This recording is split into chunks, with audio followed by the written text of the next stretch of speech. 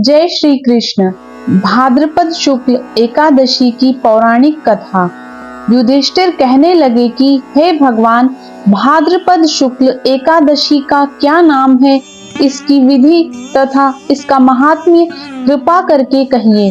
तब भगवान श्री कृष्ण कहने लगे कि इस पुण्य, स्वर्ग और मोक्ष को देने वाली तथा सब पापों का नाश करने वाली उत्तम वामन एकादशी का महात्म्य मैं तुमसे कहता हूँ, तुम ध्यान पूर्वक सुनो।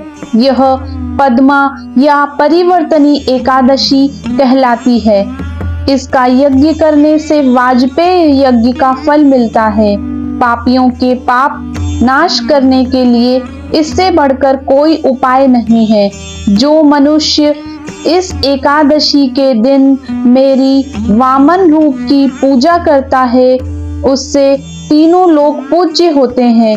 अतः मोक्ष की इच्छा रखने वाले मनुष्य इस व्रत को अवश्य करे। जो कमल नयन भगवान का कमल से पूजन करते हैं, वे अवश्य भगवान के समीप जाते हैं। जिसने भाद्रपद शुक्ल एकादशी को व्रत और पूजन किया, उसने ब्रह्मा विष्णु सहित तीनों लोकों का पूजन किया। अतः हरिवासर अर्थात एकादशी का व्रत अवश्य करना चाहिए। इस दिन अपने चातुर्मास के शयन के दौरान भगवान करवट बदलते हैं, इसलिए इसको परिवर्तनी एकादशी भी कहा जाता है।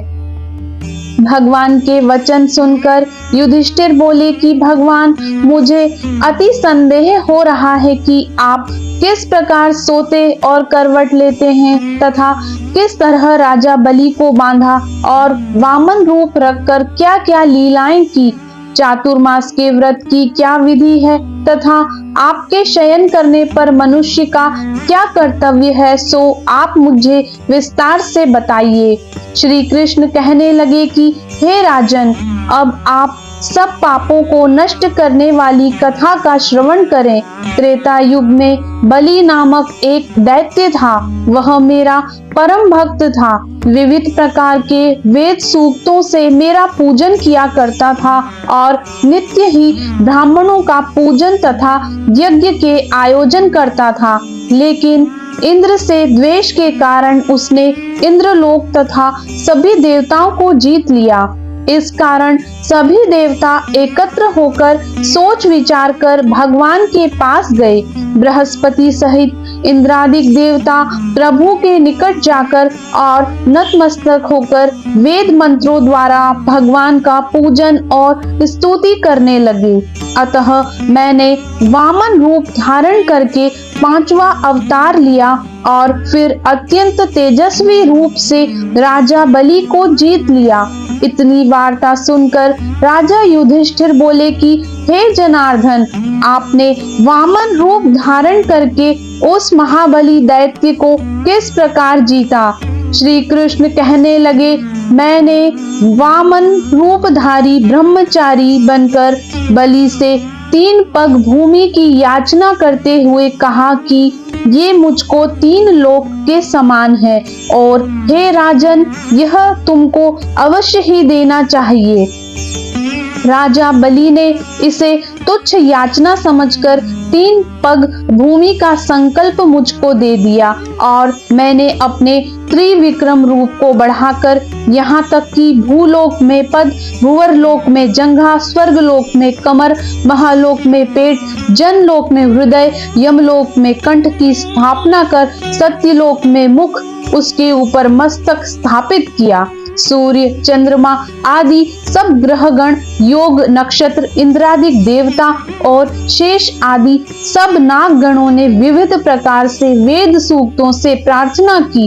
तब मैंने राजा बलि का हाथ पकड़कर कहा कि हे राजन, एक पद से पृथ्वी, दूसरे से स्वर्गलोक पूर्ण हो गए, अब तीसरा पग कहाँ रखूं। तब बलि ने अपना सिर झुका लिया और मैंने अपना पैर उसके मस्तक पर रख दिया, जिससे मेरा वह भक्त पाताल लोक में चला गया। फिर उसकी विनती और नम्रता को देखकर मैंने कहा कि हे बलि, मैं सदैव तुम्हारे निकट ही रहूंगा। विरोचन पुत्र बलि से कहने पर भाद्रपद शुक्ल एकादशी के दिन बलि के आश्रम पर मेरी मूर्ति स्थापित हुई। इसी प्रकार दूसरी क्षीर सागर में शेषनाग के कष्ट पर हुई। हे राजन, इस एकादशी को भगवान शयन करते हुए करवट लेते हैं, इसलिए तीनों लोकों के स्वामी भगवान विष्णु का उस दिन पूजन करना चाहिए। इस दिन तांबा, चांदी, चावल और दही का दान करना उचित है। रात्रि को जागरण करना चाहिए। जो विधि पूर्वक इस एकादशी का व्रत करते हैं वे सब पापों से मुक्त होकर स्वर्ग में जाकर चंद्रमा के समान प्रकाशित होते हैं और यश पाते हैं। जो पाप नाशक इस कथा को पढ़ते या सुनते हैं उनको 1000 अश्वमेध यज्ञ का फल प्राप्त होता है। जय श्री कृष्ण।